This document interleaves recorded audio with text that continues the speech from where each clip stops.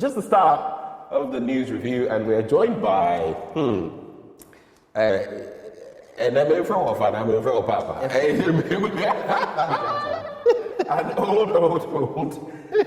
friend. Sometimes he will call me and give me an earful, and we will have lovely chats. Kwame, good to have you on the show. Good to be here. The first time the show, isn't it? Yes, and I'm sure the first time you're interacting with the very I thought you were a familiar face for some reason. Oh, he does come. It's not the first time in this studio. This setting. All right, okay. But anyway, I just wanted to do this. We'll give you a minute to reflect on something you're passionate about, a burning issue, before we get into the papers. We do that all the time. But I just had to ask you, because you love energy-related matters. Is doom so over? No. Huh? No. Oh, but the president said it was. I slept in darkness last night. You slept in darkness? Yes. Okay, to be truthful, for about 3 days now, I have had constant light. Yes. My lights have not gone off for about 3 days. And to be truthful, my lights haven't gone off in the last 3 days, but I slept in darkness last night. And the first question that came to me was that, by the way, good morning to you.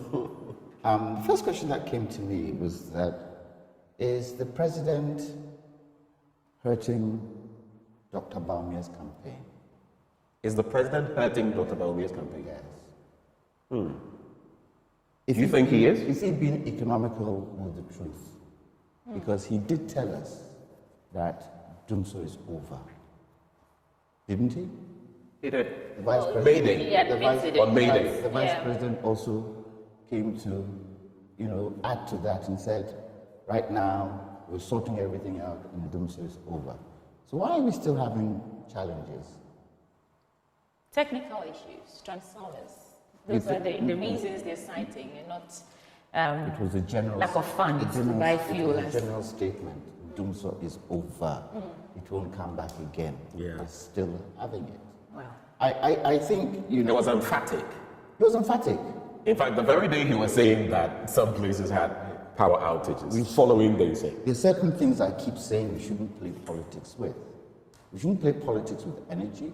We shouldn't play politics with agriculture. We shouldn't play politics with health. Look at the situation with the renal patients today. It's a huge, huge challenge. You hear people on radio, kidney patients on radio, saying they are preparing to die. I mean, There are some things that hopefully are coming through, because I hear the NHIS is going to help some of them. At Konebu, I hear there's a benefactor, who has over time taken part of the cost. I think they pay about 1/4 of it or so, about 100 plus CDs for some of them. But how about Komfuanochi? How about other areas? And what are the measures in place? ask you. This is a challenge that has been there for quite some time. So you ask the question, what's the plan? Why would we allow people to die? There has to be a plan. For me, I think these machines should be everywhere in Ghana. Every hospital should have a machine. So it stops people in the Ashanti region. People travel from the north to come to Komfuanochi for dialysis. Yeah. Why is that so? Yeah. Something that people are dying of. Well, because it's not you. And if it happened to somebody in high power, what will happen? They will fly out from there. They'll have the opportunity to get medical help outside. What about the ordinary man who votes for you to get into power? Yeah. And that's the question. I would have thought. that's the very reason why we have healthcare financing issues, because the people in charge, the authorities, can leave and go and seek, find help they need elsewhere. Sweetie, they don't have to find help here. They can afford to leave. Sweetie, for me, So that's the very for problem me, that we what have. should happen But is anyway. a plan. There's the policies in there. There's a policy to do with kidney transplant, with Ghana Health Authority, and I think the Ghana Health Service. Ghana Health Service, and there's another one, I've forgotten what it's called, where transplants are allowed in this country, where they would try and help. But isn't there a plan? It isn't something that started today. It started quite some time, and you see people dying. Can't you say, okay, this should stop. Let's put a plan together. And you don't politicize it. You get everybody around the table. Say, okay, this is the way we're going. So that a new government comes in and it's continued. Who's doing anything about it? So there's no continuing government. But we have to get into other matters. So the renal patients, is that what you wanted to talk about? Your burning issue? Yes. Okay, all right. Thank you so much. Right. Let's get into the papers. Where are we starting from? I know you say ladies first, and I would love to start first. Let's start with the Daily Guide newspaper. On the front page, AG Debank Opuni Supreme Court claims, of course he will, road projects unmatched, according to Nana Akufo-Addo. Ambulance case. On the ambulance case, businessman denies charges. We'll get into that story as well. But let's start with President Akufo-Addo's claims that his government road projects are unmatched. And the story is on page 3. It reads, President Nana Akufo-Addo has stated that the record of his government in road infrastructure and the transportation network of the country is unparalleled. According to him, no other government has done as much as his administration in terms of construction of roads, interchanges and bridges, as well as rehabilitation of road networks and railway lines. Gentlemen, what are your thoughts on President Akufo-Addo's claims? You don't want to his know my road thoughts. project? Every single time I've gone out, since I've been on the show, every time I've gone out to do Citizens Microphone or all of that, the very problem that comes out is roads, which is affecting the transport industry, the drivers themselves, which is why the cost of maintenance, why entire product is the problem. You remember when... So what has he done? A few times we've had, it doesn't please me, but it tickles me sometimes when, do you remember when Dr. Bawamia's convoy got stuck in? Do you remember those videos? Do you remember other times where government officials have been stalled because the roads are terrible? They're using V8s and they get stalled. No one can say that this administration has done nothing when it comes to roads. Those kinds of things are propaganda. But have they done what they say they have done? That's another issue altogether. But I'll pass the ball to Kwame Jantuah on this matter. What did you want me to say? As you rightly said, with the amount of money that has come into this country with this administration, they could have done better. As you rightly said, nobody can say you haven't done X, you haven't done Y, but you could have done more with the finances you had. The cost of building roads today is very high. And I thought when they came in 2016, 2017, they indicated that they would be using paving blocks, didn't they? Yeah. I thought that in so doing, they would bring out a policy where they would say every side road that you get in Ghana will be paving blocks. Have you seen Rwanda's roads? And even the side ways for people who want to jog and all of that. Let's not even talk South Africa, Rwanda. I said, Pukwase here, a part of Pukwase. Is it Pukwase? Yeah, the estates. Yeah. People who live in that area saw that their road was bad, so they contributed and bought paving blocks. Go and see the road. They've even done speed humps on the road. The added value with paving blocks is that, one, if anything goes wrong with the road, you just take one paving block up and replace it. It's reusable, or you can fix new ones. It creates employment. Okay. Look at the quantum of number of paving block companies in Accra. If they were to put a policy like that in place, would it not help the cement factories? Would it not help those who do paving blocks? Yeah. And then you make sure that it's those people in the communities who are doing paving blocks who can now help in doing those roads. Yeah. So you're saying it can become a commercial, whatever, in communities, so that now, if we want the blocks in X community, who are those working on that in that community? Exactly. And don't even do the main roads, just the side roads. A lot of side roads haven't been done. A lot of side roads have potholes. I was in Hacho. I was going to Hacho yesterday. There's this place under construction leading towards Academic City University. Yes. The roads are bad. Yes. Bad. Yes. A stretch, especially if you're using the other stretch, not the one that would take you back towards, I think, transitions and the rest. Yes. It's crazy. A stretch of maybe 200, 300 meters, you have to go like a tortoise. Literally, else your car's shocks and everything.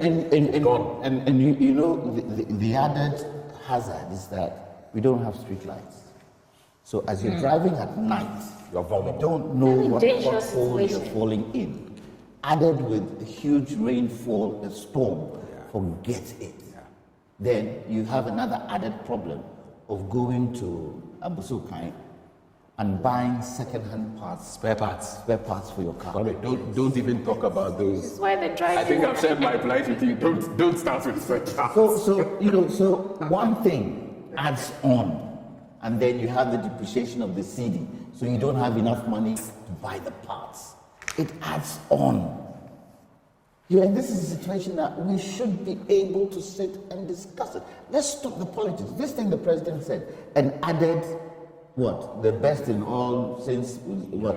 Is it the Fourth Republic? It's unmatched. The Fourth Republic or throughout Ghana or throughout our political life? Right. You should stop adding those things to it. Because sometimes you ask yourself, is it not being economical with the truth? Anyway. Let's do some more stories and then I'll pass the ball to you, gentlemen.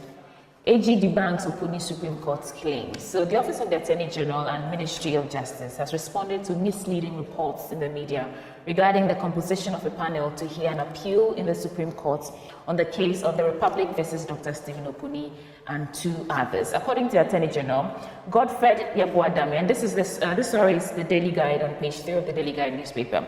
According to the Attorney General, that is Godfred Yabuadame, there have been deliberate misrepresentations in various newspapers and on social media, particularly by Professor Kweku Asare, no legal practitioner. And according to him, these misrepresentations suggest that the panel for the appeal hearing on May 8, 2024 was unusual or in violation of the Constitution.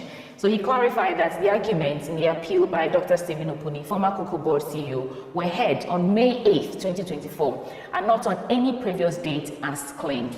This is the Attorney General debunking some of the claims. But I'll do one more story before I come to you for your reactions. Guta laments cedi depreciation. We're just talking about that. Traders in the country have voiced out their concerns about the fall in the value of the local currency and how it is dealing a blow to their businesses, particularly the Ghana Union Traders Association, expressing its sentiments in a statement, noted that the city's depreciation was frustrating the business community, particularly its members. Now, the statement signed by GOTA President Joseph Obeng revealed that the ongoing economic challenges and also the ever-rising freight charges from Asia were making the cost of doing business high. There are some other stories, but let's just focus on these and then move on to other papers. Kwame Jantuah, first the Opuni case, and then the depreciation of the I haven't really followed the Opuni case. Okay. It's gone on for so long. Just as the argument. I lose track of where it is and what is being said. And what is it? He spent money? Yeah. It caused financial loss to the state? Yeah. Why has it gone on for years? It's the length of this government, isn't it? It started in 2020. Oh, okay. Oh? Well, I started following 2020 or so I don't know how far. Even if it's 2020, that's 4 years. So what is it about the case that is making it difficult to conclude it? So I haven't been following it, but apparently it went to the Supreme Court, yes? Yes. And they threw out... Right. Well, it's just debunking allegations that people are saying the case was called sometimes before May 8th and it was only called. But, well, so about the depreciation of the seed, let me just do some more quick headlines and then move on to the Ghanaian publisher. So Stanbic seeks accelerated digital banking. Geisha Soap celebrates mothers. COA assures price stabilization. And Ajiman accuses Ghana Music Awards of bribery. That's an interesting one. I will not tax the church, according to Bawamia. He said it's a joke. What he said about taxing the churches is a joke. Yeah, that's your KGL boss, Lord Otunfo. But which is a joke.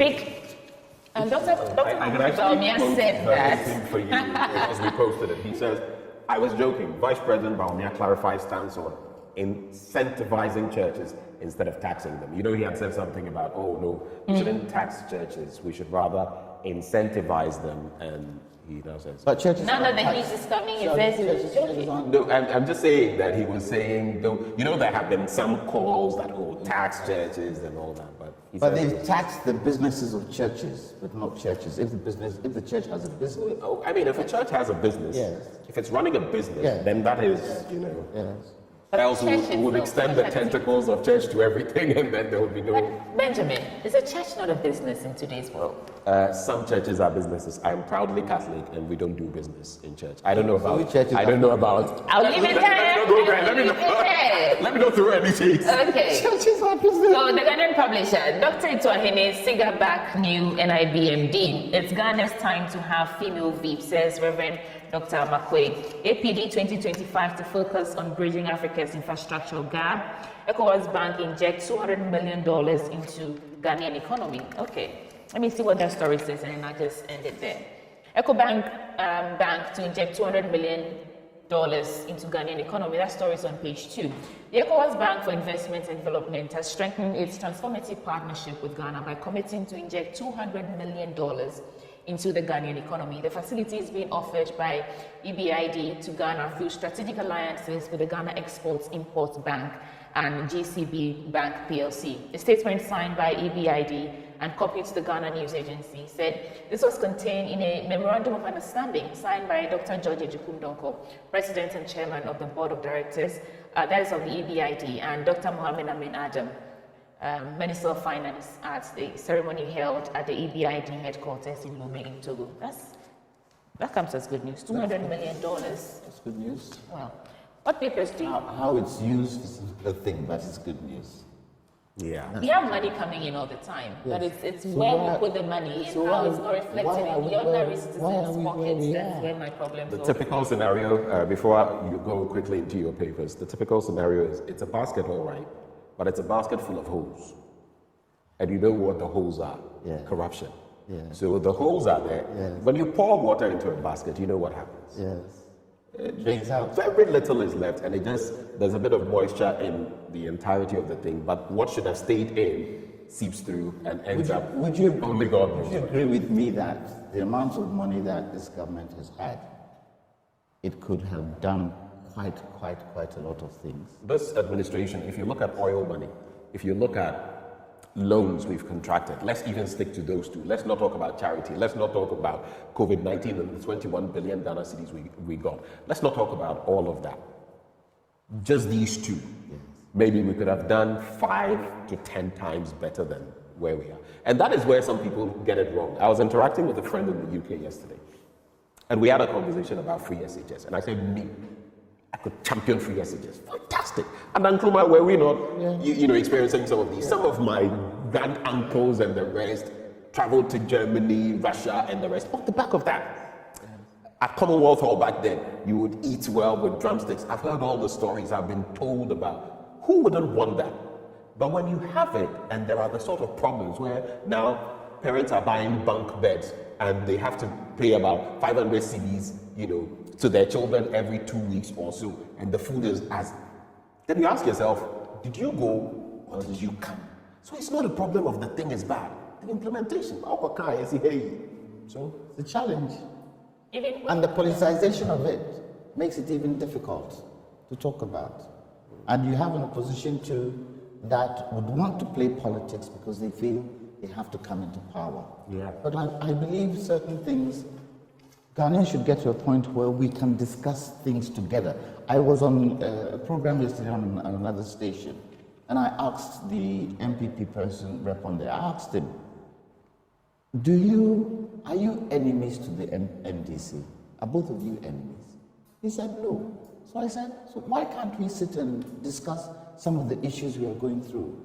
And we always have to quarrel, even on set. We would quarrel. MPP, MDC would quarrel. Quarrel for what? The problems are there. We need to solve the problems. We need to solution the problems. And the people are caught in between. And it has to stop. The politicization of some of these issues has to stop. Yeah. Ain't helping anyone. Right. But let's get into your papers now. Well, I saw a story here which I think has been running. Which paper is But that? this is Is that the publisher? Or the news finder? The Finder. Prices of books to increase by 40%. I was going to get there too, but you go ahead. The Ghana Publishers Association, GPA, has announced that book prices will increase by 40% effective June 1st, 2024. The association put the increase on the difficult business environment and the 27.5% value-added tax VAT levied on a list of materials imported into the country to support education, culture, and lifestyles. This is. Book prices, from what we gather, are about to go up by 40% already currently, because I host a book show on this 40%. network, right? 40%. The cost of good books. The other day I was reviewing The Beekeeper of Aleppo, Christine Lefteri. You are looking at books that are costing north of 300 CDs, 400 CDs, 200 CDs. The least you are getting are works like The African Writers, The Joys of Motherhood, Buchi Emeteta, let's say 64, 65 CDs. Most of them are over 100 CDs. How many Ghanaians can afford that now? To talk of a 40% increment. Think about it. First, we don't even want to buy books, and now you're making it even more difficult to encourage the reading culture.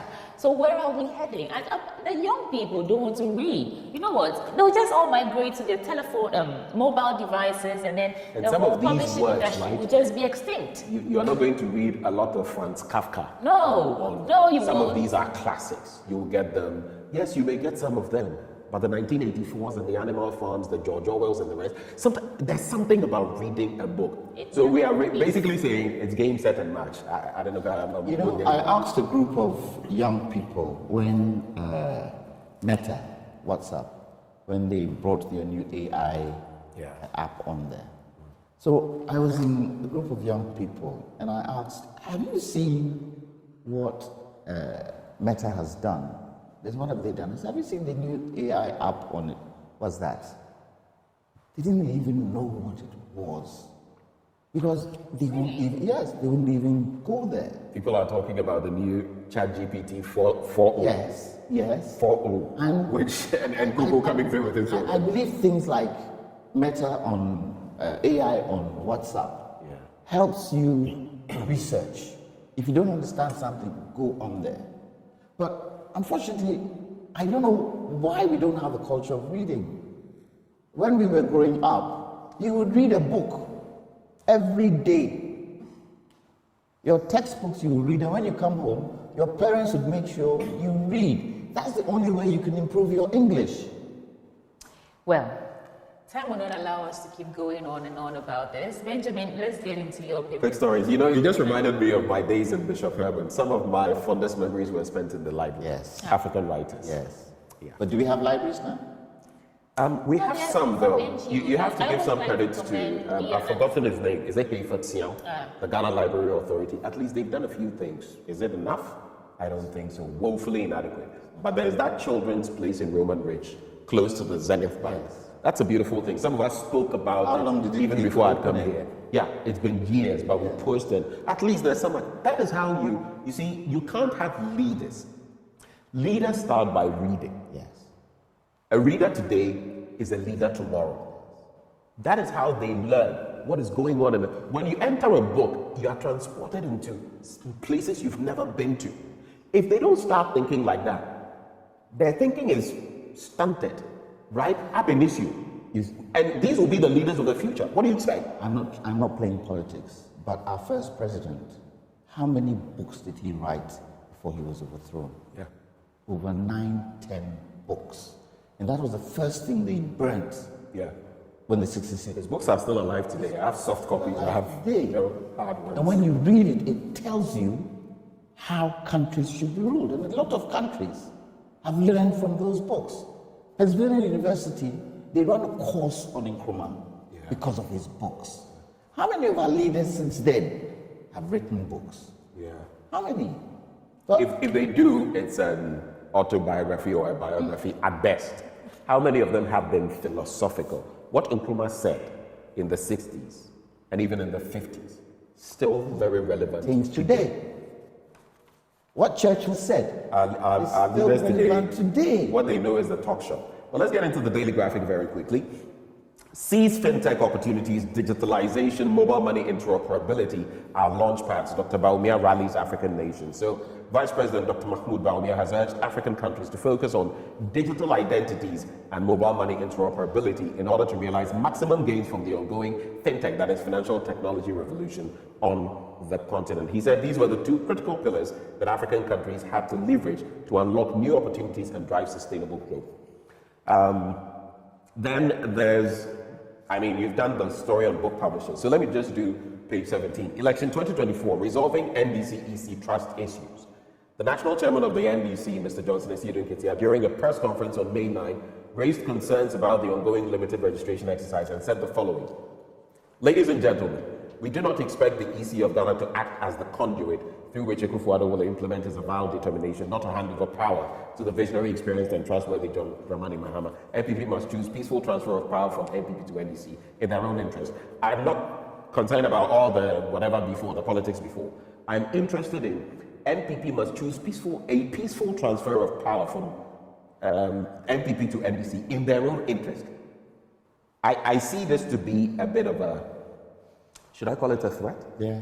And what the president has been saying too, I will hand over to, I see that too to be a threat to our democracy from both sides. If you're saying in their own interest, that he should, it sounds a bit, you don't know what's coming. If you know what's good for you, we are slowly, or maybe quickly, getting on the cusp of, God forbid. Because the posturing of these parties, even in the limited voter registration exercise, leaves me very worried. Do you think President Akufo-Addo, if it so happens that his party doesn't win, can say he won't hand over? Do you think that is possible? Well, he's never said he will not. Yes. That he has never said. What is he saying? That he'll hand over to his, what? The person who stood for him. But if the person who stood for him, he said, I cannot hand over to anyone. To anyone except. In fact, he says the former president, the one he ousted, will come and destroy all his legacy. And How? But what's interesting, he came in. Did he destroy anybody's legacy? Exactly. We should stop this rhetoric. Because if you don't stop this rhetoric, what happens is that your members in the constituencies, in the communities, take it verbatim and do what they are not supposed to do. The wording. Yes, he should stop it. Look, he's getting to the end of his tenure. He has now become a statesman. He should act like a statesman. He should act to bring Ghanaians together and not put wedges in between us. It doesn't help any of us. But anyway, the good Otumfuo will make sure that it doesn't happen. Because I'm sure if Otumfuo has intervened a number of times. Yes, because he did say, just a few days ago, right. He did indicate that the parties are now out there campaigning, and he's hoping for peaceful elections. Look, there are certain things that are happening in this country that have never happened before in this administration. Yeah. Cocoa. What is happening to cocoa today? When you look at the galamsey and how it's affecting the cocoa crop, and the quantum of cocoa that we used to have, we're now down to about what? 4 million tons? Is it 4 million? 400,000, getting to 500,000. We're not sure. When we were heading for 1 million once upon a time? We hit 1 million. We hit at a point 800,000 plus. At another point, we hit 1 million plus, right? Now we are, Ivory Coast has about a chunk of about 43% of the market. We are at 13%. Look at the disparity. Projections from some institutions are that by 2025 we could hit 10%. And by 2025, if we're not careful, we will not have a cocoa industry. We're not even talking because about quality of exactly, cocoa we're producing. Exactly. It's not even about the production because galamsey is messing up the cocoa. So you can even produce and not get a buy. Yeah. Exactly. Yep. So at this present moment, what is the president doing about galamsey? He doesn't even talk about it anymore. Well, his presidency is still on the line. Well, is it? Is it still on the line? What is creating the situation that it doesn't allow us to handle galamsey? Is it because politicians are in there? Is it because that's the way they are making money to fund their campaigns and things like that? It is something that, if you won't do anything at all, please help us solve galamsey. Because land is a place where everybody uses. You use land, you need land, I need land, he needs land. Everybody needs land. And if the land is being polluted, Right. it's going to affect our foods. Did you hear the news item on vegetables grown within the Accra municipality, where they have found a lot of metals and viruses in lettuce and all these types of things because of the kind of water they're using to water these items. Someone called me yesterday and he was telling me of going to this part of the Ashanti region. I don't want to mention. I want our people to actually go there. There's a mining pit, right, and right next to it, they're growing cabbage. And now we hear, even on the borders of Ghana, they're doing galamsey, and it's The Northern inviting Belt. exactly From Burkina Faso. Exactly. Terrorists will use that as a way of making money to finance their terrorist activities. Senior, I asked him, but we have to end somewhere. Elvis Delali Alowodo Lamte says, the academic university road, it's been like that for years. It was created when the vice president went there. As for that stretch, Charlie, if you live in that catchment area, you have to use it every day. Your shocks, you go buy like 2,000. But let me, before we go, I don't want to forget today, else I'll be in hot waters. A blessed 50th birthday to Mrs. Barbara O'Day, Chief of Sales and Distribution, Advanced Ghana Savings and Loans. You're a virtuous woman and a great pillar in your generation. You're a great wife, mother, and friend. May absolute favor and grace from God envelop you as you embark on the next milestone. From your wonderful husband, Peter O'Day, the children, Baba and Darren, and friends within the Methodist Church Ghana. So happy 50th to you, Golden Jubilee, Mrs. Barbara O'Day. And from yesterday, I missed this one. Pastor sent it to me.